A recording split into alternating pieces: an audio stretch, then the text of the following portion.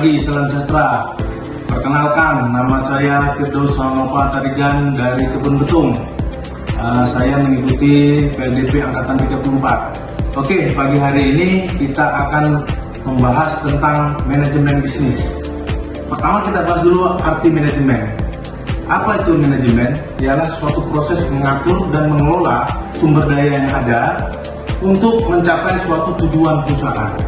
Sehingga yang menjadi sasaran perusahaan itu bisa kita dapat dengan manajemen yang baik. Oke, dalam modul manajemen bisnis itu ada 3 yang perlu kita pelajari. Yang pertama, sistem perencanaan dan pengendalian perusahaan. Kita tahu perencanaan adalah awal dari segala proses bisnis. Perencanaan yang baik akan menghasilkan hasil yang baik. Begitu juga pengendalian perusahaan.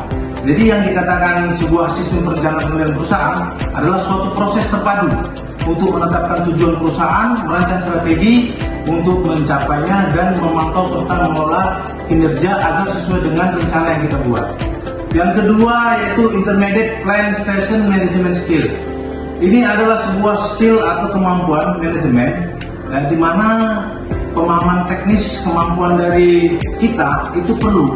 Kenapa? Karena di dalam praktek di lapangan itu faktor teknis banyak, sehingga perencanaan tadi itu bisa berjalan dengan sumber daya perkebunan dengan efektif apabila organisasi atau kemampuan analisis data teknis di lapangan itu bisa berjalan dengan produktivitas dan efisiensi yang baik.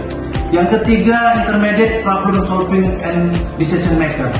Artinya apa? Kita di sini mempelajari, memahami sebuah masalah dan mengambil keputusan. Ya, kita diajarkan dalam modul ini bahwa kita harus bisa membuat sebuah keputusan apabila terjadi suatu masalah. Kita juga bisa memutuskan alternatif untuk mencapai sebuah tujuan dan untuk mencapai tujuan yang diinginkan. Jadi di dalam model manajemen bisnis ini adalah hal yang mendasar yang perlu kita pahami dan perlu kita lakukan, sehingga nanti ketika kita menjadi seorang pimpinan, baik itu asisten, maupun manajer, inilah yang menjadi dasar kita dalam mengatur sumber daya yang ada. Di sini ada sumber daya dalam perusahaan, kita bisa melihat ada sumber daya aset, ada sumber daya keuangan, ada sumber daya human capital orang. Nah, inilah kita memanagenya sehingga mencapai tujuan yang ada. Mungkin itu aja yang bisa saya sampaikan dari modul manajemen di sini. Tetap semangat menjadi yang terbaik.